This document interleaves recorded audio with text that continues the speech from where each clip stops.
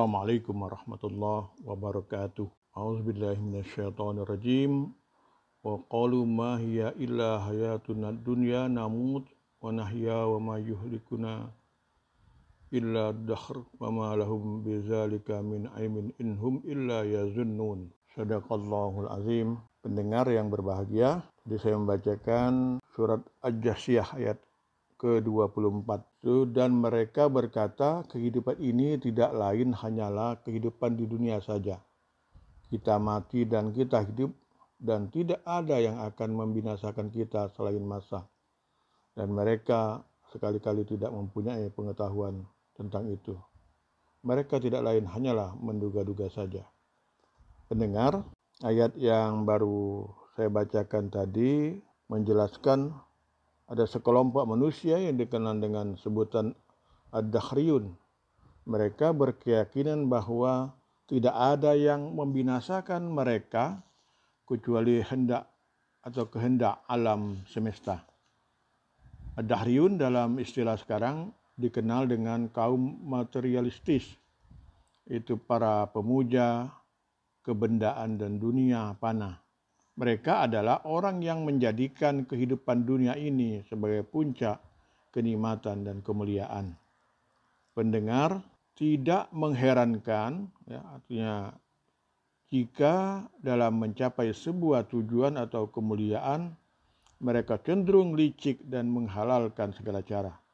Bagi mereka, kemuliaan dan kebahagiaan hanyalah didapatkan melalui jabatan, kedudukan dan harta yang melimpah.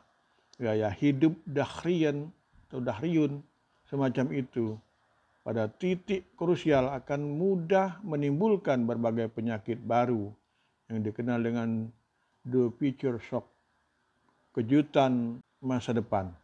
Akibatnya manusia akan sering cemas berlebihan, depresi dan kehilangan kendali kehidupan. Bahkan mereka akan lupa terhadap jati dirinya. Mereka tidak tahu persis apa yang seharusnya dilakukan sebagai makhluk Allah.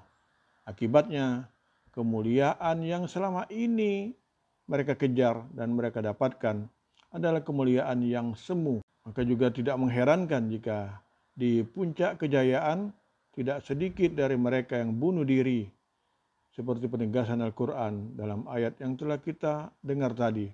Mereka tidak lain hanyalah menduga-duga saja. Pendengar yang berbahagia, semua orang pasti mendambakan kehidupan yang mulia dan terhormat, sehingga dapat menikmati kehidupan dunia dan bahagia.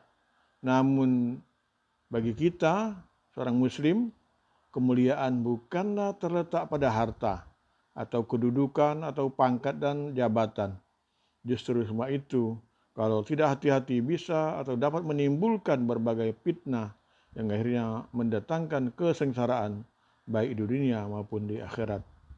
Kemuliaan dalam Al-Quran dibahas dalam berbagai bentuk sebutan dan ungkapan, di antaranya dengan sebutan Al-Paus, Al-Falah, dan Ad-Darajah.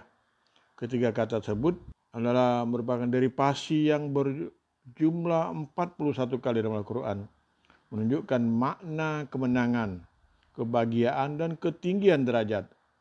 Dari penelitian terhadap ketiga tersebut, kemuliaan Al-Quran dapat disimpulkan beberapa hal. Pertama, segala bentuk kemuliaan pada hakikatnya adalah pemberian Allah.